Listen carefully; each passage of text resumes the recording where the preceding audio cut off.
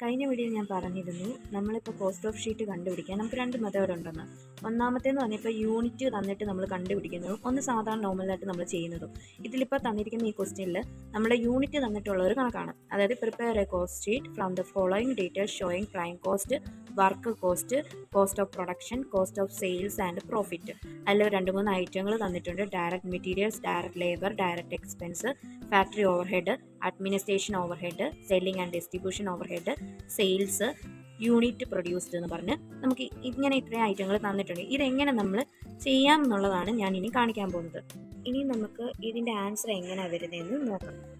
Okay, ഇതിൽ ഞാൻ പറഞ്ഞിരുന്നു നമുക്ക് ഈ ക്വസ്റ്റ്യനിൽ ഒരു ഇതെന്ന് പറഞ്ഞു എല്ലാം ഡയറക്റ്റ് ആയിട്ട് തന്നിട്ടുണ്ട്. അപ്പോൾ നമുക്ക് വേറെ ഐറ്റങ്ങളൊന്നും ഇല്ലാത്തതുകൊണ്ട് നമുക്ക് ഡയറക്റ്റ് ആ ഒരു എന്താ പറയുക ഫ്ലോ ചാർട്ട് പോലെ അങ്ങ് ചെയ്ത് പോയാൽ മതി. ഇതിൽ പറയുന്ന കോസ്റ്റ് ഷീറ്റ് ഇതുപോലെ ഞാൻ പറഞ്ഞിരുന്നു യൂണിറ്റ് വരുമ്പോൾ നമ്മൾ ചെയ്യുന്ന രീതി ഇച്ചിരി വ്യത്യാസം ഉണ്ടെന്ന്. അതായത് ഇവിടെ ഇപ്പോൾ ഡയറക്റ്റ് മെറ്റീരിയൽസ് എന്ന് പറയുന്നത് 1 ലക്ഷം ആയിരിക്കും നമ്മുടെ ടോട്ടൽ കോസ്റ്റ്. അപ്പം നമ്മൾ കോസ്റ്റ് പെർ യൂണിറ്റ് എങ്ങനെ കാണുന്നതെന്ന് വെച്ച് കഴിഞ്ഞാൽ ഈ 1 ലക്ഷത്തിൻ്റെ കൂടെ നമ്മൾ ഈ 10,000 അങ്ങ് ഡിവൈഡ് ചെയ്യുക. അതായത് 1 ലക്ഷം ഡിവൈഡ് 10,000 ചെയ്യുമ്പോൾ നമുക്ക് 10 കിട്ടും. അങ്ങനെ ഡിവൈഡ് ചെയ്താണ് നമ്മൾ ഈ കോസ്റ്റ് പെർ യൂണിറ്റ് കണ്ടുപിടിക്കുന്നത്. അപ്പം അടുത്ത സെക്ഷനിൽ വരുമ്പോൾ ഡയറക്റ്റ് ലേബറിൻ്റെ കൂടെ ലേബറിൻ്റെ എമൗണ്ട് എന്ന് പറയുന്നത് 60,000 ആണ്. അതേ ഡിവൈഡഡ് 10,000 ചെയ്യുമ്പോൾ നമുക്ക് 6 കിട്ടും.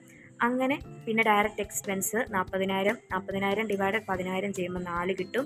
അതെല്ലാം കൂടെ കൂട്ടുന്നതാണ് നമ്മുടെ ഫസ്റ്റ് പ്രൈം കോസ്റ്റ് കിട്ടുന്നത്. പ്രൈം കോസ്റ്റിൻ്റെയും നമ്മൾ ഇതെല്ലാം കൂടെ കൂട്ടി എഴുതുന്നതല്ല പ്രൈം കോസ്റ്റ്. അപ്പോൾ 2 ലക്ഷം കിട്ടും. 2 ലക്ഷത്തിൻ്റെ നമ്മൾ എന്ത് ചെയ്യണം? ഈ കോസ്റ്റ് ഓഫ് യൂണിറ്റ് കണ്ടുപിടിക്കണം. അതിൻ്റെ കൂടെ നമ്മൾ സത്യത്തിൽ ആഡ് ചെയ്യണം. ഇവിടെ ഡയറക്റ്റ് ഞാൻ പറഞ്ഞ ക്വസ്റ്റിന് ഡയറക്റ്റ് നമുക്ക് തന്നിട്ടുണ്ടെന്ന്. അപ്പം ഇവിടെ ഡയറക്റ്റ് ഫാക്ടറി ഓവർഹെഡ് എന്ന് പറഞ്ഞ് നമുക്ക് എമൗണ്ട് തന്നിട്ടുണ്ട്. അതാണ് ഈ 30,000ത്തിൻ്റെ നമ്മളിന്ന് കോസ്റ്റ് പെർ യൂണിറ്റ് കാണും. അതായത് 30,000 ഡിവൈഡഡ് 10,000 ചെയ്യുമ്പോൾ 3 കിട്ടും. അപ്പോൾ നമുക്ക് എന്ത് കിട്ടും? ഈ വർക്ക് കോസ്റ്റ് കിട്ടും. വർക്ക് കോസ്റ്റിൻ്റെ കൂടെ നമ്മൾ സത്യത്തിൽ ആഡ് ചെയ്യുന്നത് ഓഫീസ് അല്ലെങ്കിൽ അഡ്മിനിസ്ട്രേഷൻ ഓഫ് ഓവർഹെഡ് ആയിരിക്കും ആഡ് ചെയ്യുന്നത്. ഇത് പക്ഷേ ഡയറക്റ്റ് നമുക്ക് ഈ ക്വസ്റ്റ്യന് തന്നിട്ടുണ്ട് 20,000 എന്ന് പറഞ്ഞ്. അപ്പം നമ്മൾ അതിൻ്റെയും കോസ്റ്റ് പെർ യൂണിറ്റ് എല്ലാത്തിൻ്റെ കൂടെയും യൂണിറ്റ് എത്രയാണോ തരുന്നത് എത്രയാണോ നമ്മുടെ ടോട്ടൽ കോസ്റ്റ് അതേ ഡിവൈഡഡ് ഈ യൂണിറ്റ് ചെയ്താൽ മതി. അപ്പം നമുക്ക് കോസ്റ്റ് പെർ യൂണിറ്റ് കാണാനായിട്ട് സാധിക്കും. എന്നിട്ട് നമ്മൾ എന്താ ചെയ്യേണ്ടത്? അതിൻ്റെ കൂടെ നമുക്കപ്പോൾ ഇത് രണ്ടും കൂടെ ചെയ്യുമ്പോൾ നമുക്ക് കിട്ടുന്നത് കോസ്റ്റ് ഓഫ് പ്രൊഡക്ഷൻ കിട്ടും. കോസ്റ്റ് ഓഫ് പ്രൊഡക്ഷൻ്റെ കൂടെ നമ്മൾ ചെയ്യേണ്ടത് ആഡ് ചെയ്യുക. അതായത് സെല്ലിംഗ് ആൻഡ് ഡിസ്ട്രിബ്യൂഷൻ ഓവർഹെഡിൻ്റെ എമൗണ്ട് ആഡ് ചെയ്യുമ്പോൾ നമുക്ക് ടോട്ടൽ കോസ്റ്റ് അല്ലെങ്കിൽ കോസ്റ്റ് ഓഫ് സെയിൽ കിട്ടും. അതും ഇതുപോലൊക്കെ തന്നെയാണ് പോകുന്നത്. എല്ലാം ഒരു വ്യത്യാസമില്ല. നമ്മൾ ഈ ഒരു പാറ്റേൺ തന്നെയാണ് ഫോളോ ചെയ്ത് പോകുന്നത്. പിന്നെ നമ്മൾ ശ്രദ്ധിക്കേണ്ടതെന്ന് വെച്ച് കഴിഞ്ഞാൽ നമുക്ക് സെയിൽസ് എന്ന് പറഞ്ഞ ക്വസ്റ്റ്യനെ തന്നിട്ടുണ്ട്. ഫസ്റ്റ് ഓഫ് ഓൾ നമ്മൾ എന്താ ചെയ്യേണ്ടതെന്ന് വെച്ച് കഴിഞ്ഞാൽ ഈ ടോട്ടൽ കോസ്റ്റ് നമുക്ക് കിട്ടുമല്ലോ, ഈ 3 ലക്ഷം എന്ന് പറയുന്ന എമൗണ്ട് കിട്ടും. അതിൻ്റെ കൂടെ നമ്മൾ എന്ത് ചെയ്യണം?